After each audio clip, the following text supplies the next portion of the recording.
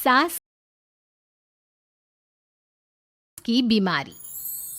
शादी के ठीक बाद नेहा की सास की तबीयत बहुत खराब हो गई। बताइए क्या हुआ है आपको? बेटे की शादी थी तो थकान हो गई। मौसम बदल रहा है तो जुकाम और बुखार हो गया। ऊपर से बहू के घर का खाना पता नहीं कैसा था कि पेट भी खराब हो गया। खाना तो बहुत बढ़िया था डॉक्टर साहब, सारे रिश्तेदार तारीफ कर रहे थे।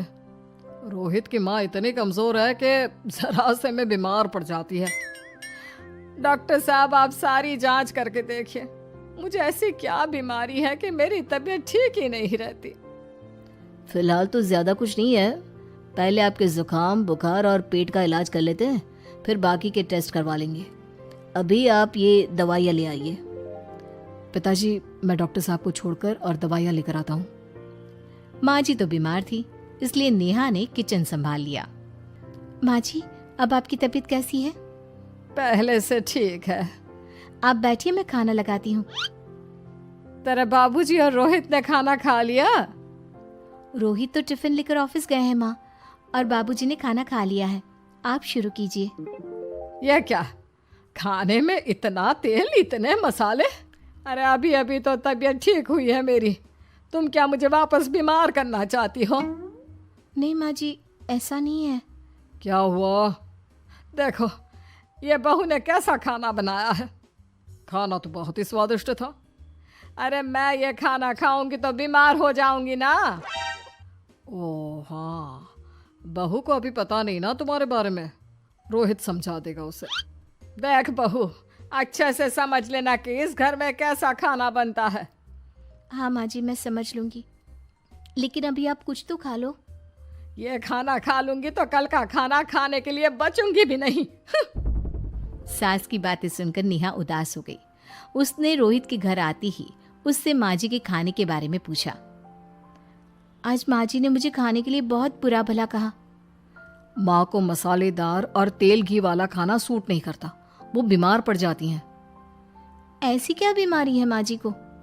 पता नहीं, आज तक कई डॉक्टरों को दिखाया, कितने टेस्ट करवाए, लेकिन कोई बीमारी पकड़ में ही नहीं आई। नेहा को कुछ समझ में तो नहीं आया, लेकिन उसने अपनी सास के हिसाब का खाना बनाना सीख लिया। माँ जी आज तो खाना ठीक है ना? खाना तो ठीक है, लेकिन ये मुआ रेडियो क्यों चल रहा है इतनी तेज आवाज में? वो माँ जी मैं अकेले काम करते करते बोर हो रही थी ना, तो टाइम पास करने के लिए चला दिया। तेरा इस टाइम पास के चक्कर में मेरा सर दर्द से फटने लगा है। तेज आवाज से मुझे माइग्रेन हो जाता है। सॉरी माँ जी, मुझे पता नहीं था। तुम्हें जब तक सब पता चलेगा तब तक मैं तो भगवान के पास ही पहुंच जाऊंगी। नहीं नहीं, ऐसा मत कहिए ना माँ जी। अब मैं कहीं भूख से ही ना मर जाऊं। खाना मेरे कमरे में रख दो। बेचारी नेहा, उस दिन उसे बहुत दुख हुआ। नेहा तुम रो क्यों रही हो? आज माँ जी ने मुझे बहुत बुरा भला कहा, मैं तो सिर्फ रेडियो सुन रही थी। ओहो, तुम माँ की बातों का बुरा मत मानो, उन्हें तेज आवाज से सर दर्द होने लगता है, दर्द की वजह से बोल दिया होगा कुछ। लेकिन मुझे तो ये सब पता ही नहीं था ना, इसलिए बाबूजी ने मुझे पहले ही फोन करके सब कुछ बता दिया, और मैं तुम्हारे लिए ये हेडफोन लाया हूँ। अब तुम अपने गाने भी सुन सकती हो और माँ को परेशानी भी नहीं होगी। ये सिर्फ एक बात का हाल है, लेकिन माँ को तो हर चीज से परेशानी है। अब क्या कर सकते हैं, माँ बीमार ही इतनी रहती है। लेकिन माँ को ऐसी कौन सी बीमारी है? तुम्हें बताया तो था, किसी भी डॉक्टर को माँ की बीमारी समझ में नहीं आ रही। अब तुम भी ये सब सोचना छोड़ दो, ये हेडफोन लो और अपने पसंद के गाने सुनो। रोहित के गिफ्ट से नेहा की एक परेशानी तो दूर हो गई, लेकिन उसके मन में कई सवाल खड़े हो गए। आज मैं देर से उठाऊं या तुम जल्दी उठ गई? वो माँ जी को कल रात भर सर दर्द हुआ ना, तो जल्दी उठकर उनकी जगह मैंने पूजा कर दी। अरे वाह, अच्छा अच्छा, हे भगवान ये किसकी करामत है? ये तो माँ जी की आवाज है। चलो चल के देखते हैं। क्या हुआ माँ? अच्छा, यह घर में गुलाब कौन लाया? मुझे नहीं पता, मैं तो अभी उठाऊं। माँ जी आप कल रात भर सो नहीं पाई, तो मैंने जल्दी उठकर पूजा पाठ किया। घर में फूल नहीं थे ना, तो मैं बाजार से गुलाब के फूल ले आई। नेहा, माँ को गुलाब के फूल की एलर्जी है। अब मुझे ये कैसे पता होगा? अच्छा, तुझे कुछ पता नहीं तो तू वही काम क्यों करती है जिससे मेरी तबीयत खराब हो जाए? रोहित के बाबूजी, ये बहू मेरी जान लेना चाहती है। माँ जी, मुझे ऐसा करके क्या मिलेगा? वो तो तुझे ही पता, लेकिन कुछ तो है। रोहित की माँ, बस करो। बेचारी बहू को कुछ पता ही नहीं है, बस इसलिए उससे गलती हो जाती है। जाओ तुम कमरे में। बहू, तुम रोहित की माँ का बुरा मत मानो। वो अपनी बीमारियों से इतनी परेशान है कि उल्टा सीधा बोल देती है। नहीं नहीं बाबूजी, मुझे बुरा नहीं लग रहा, मुझे चिंता हो रही है माँ जी की बीमारी की। ये बताइए कि माँ जी को ऐसी प्रॉब्लम्स कब से होने लगी? शादी के 6-7 महीने बाद से। बाबूजी, तब घर का माहौल कैसा था? अरे भरा पूरा परिवार था। मेरे बाबूजी, माँ, काका, काकी, मेरे दोनों बड़े भाई, दोनों भाभियाँ, दोनों के 2-2 बच्चे हैं, एक छोटा भाई और एक बहन। सब साथ रहते थे। इतना बड़ा परिवार? हाँ, मैं जब 10 साल का हुआ ना, तब पापा का ट्रांसफर यहाँ हुआ। उसके पहले तक तो हमारी जॉइंट फैमिली ही थी। और माँ जी किस चीज से बीमार पड़ जाती हैं? जब तेज गर्मी हो, ठंड हो या ज्यादा बरसात हो जाए।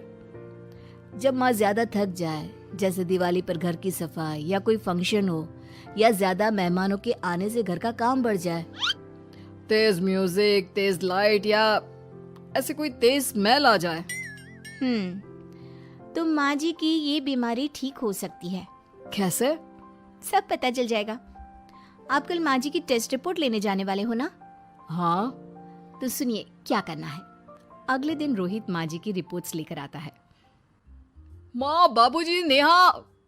अरे क्या हो गया रोहित? माँ जी की रिपोर्ट आ गई है। कुछ सीरियस है क्या? जिसका डर था वही हुआ। अरे गोल गोल बातें मत कर, सीधी तरफ बता बेटा, क्या हुआ है मुझे? माँ, आपकी किडनी, लिवर सब फेल हो गया है। आपका दिल भी कमजोर हो गया है। डॉक्टर ने कहा है कि आपके पास सिर्फ 1 महीना बचा है। ये क्या बक रहा है? ऐसा हो ही नहीं सकता। मुझे लग ही नहीं रहा कि मैं इतनी बीमार हूँ। लेकिन माँ जी, रिपोर्ट झूठी तो नहीं हो सकती ना? हाँ, माँ को 20 साल की उम्र से बीमारी लग गई थी, लेकिन कोई डॉक्टर पकड़ नहीं पाया और अब ये बीमारियां बहुत ज्यादा बढ़ गई हैं। हाँ रोहित की माँ, तुम्हें याद है शादी के 6 महीने बाद से तुम बीमार रहने लगी थी। अरे लेकिन वो अलग था, मुझे ऐसे कोई बीमारी नहीं हो सकती। ये तुम कैसे कह सकती हो माँ? हाँ, तुम उस वक्त बीमार पड़ी थी ना, और अब डॉक्टर भी यही कह रहे हैं, तो सच ही तो होगा। और आप तभी से बीमार ही तो रहती आई हैं। अरे लेकिन तब मैं बीमार थी ही नहीं। क्या मतलब? अरे तब मैं बीमारी का नाटक करती थी, मुझे कुछ नहीं हुआ था। ये क्या बोल रही हो? हाँ, घर में इतने सारे लोग थे और सबसे छोटी बहू मैं थी, तो सारा काम मुझे करना पड़ता, इसलिए काम से बचने के लिए मैं नाटक करने लगी। लेकिन आपको अभी भी वही बीमारियां होती है ना माँ? हाँ, अगर नाटक था तो ये प्रॉब्लम तुम्हें अभी क्यों होती है? इसका जवाब मैं देती हूँ। माँ जी कई महीनों तक नाटक करती रही, इसलिए इनके दिमाग ने धीरे धीरे इस झूठ को सच मान लिया और इनका दिमाग उन बीमारियों का एहसास कराने लगा। हैं? ऐसे भी होता है क्या? हाँ माँ जी, इसे प्लेसिबो इफेक्ट कहते हैं। जब आप बात बात पर बीमार पड़ने लगी तो मैंने अपने मामा से बात की जो एक साइकोलॉजिस्ट है। उन्होंने बताया मुझे। तो ये रिपोर्ट्स? मैंने झूठी रिपोर्ट बनवाई थी नेहा के कहने पर, ताकि आप सच बताएं। यानी मुझे कुछ नहीं हुआ? नहीं माँ जी, और आपकी इस प्रॉब्लम का भी सोल्यूशन है। हम किसी अच्छे साइकोलॉजिस्ट को दिखाएंगे और आप जल्द ही ठीक हो जाएंगी। वाह बहू, मैंने तुझे इतना भला बुरा कहा और तूने मेरी जिंदगी भर की तकलीफें दूर कर दी। थैंक यू और सॉरी बहू। अरे मुझे भी तो सॉरी कहो, पूरी जिंदगी तुम्हारी सेवा की है, वो भी झूठ मूठ की बीमारी के लिए। हाँ हाँ, आप भी माफ कर दो मुझे, बस सॉरी। तो इस तरह नेहा ने अपनी सास की बीमारी पकड़ भी ली और ठीक भी कर दी।